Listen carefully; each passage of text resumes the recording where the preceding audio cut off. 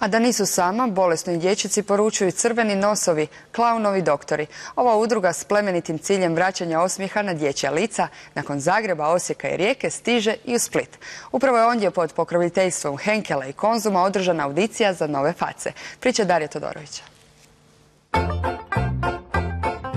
Patnja i bol ne postoje, jer barem nakratko, ovdje su za bolesnu djecu samo zabava i smijeh.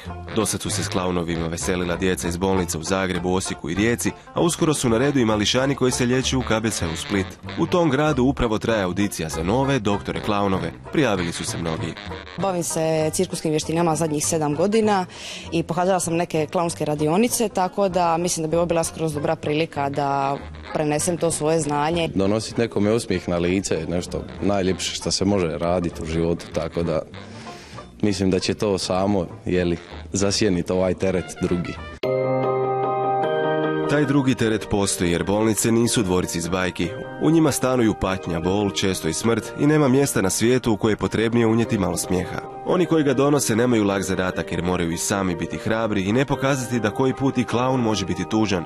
Henkel i Konzum klaunovima osiguravaju da se mogu još bezbrižnije smijati, a da oni rade dobre stvari prepoznaju građani. Zahvaljujući baš podršci hrvatskog društva uspjeli smo ostvariti naš cilj, a to je 50.000 osmijeha na lica bolesne djece u 5 godina našeg djelovanja. Tko će od 12 kandidata biti primljen u crvene nosove doktore klaunove, još se ne zna. Sada bih ja procijenio nekakvih 380 do 400 klaunova doktora trenutno pod kapom Red Noses International. U Hrvatskoj nas je 15, do sada 16, a sad ćemo vidjeti možda 18, možda 20.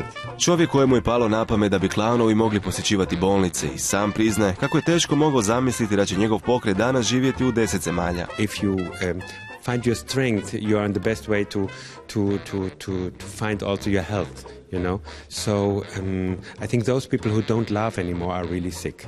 Zato one koji na ovoj audiciji budu odabrani očekuju 3 mjeseca priprema. Njihovo prvo liječenje radošću bit će u siječnju, kad bi svakog tjedna trebali KBC Split činiti zgradom u kojoj se smije onako od srca, od uha do uha.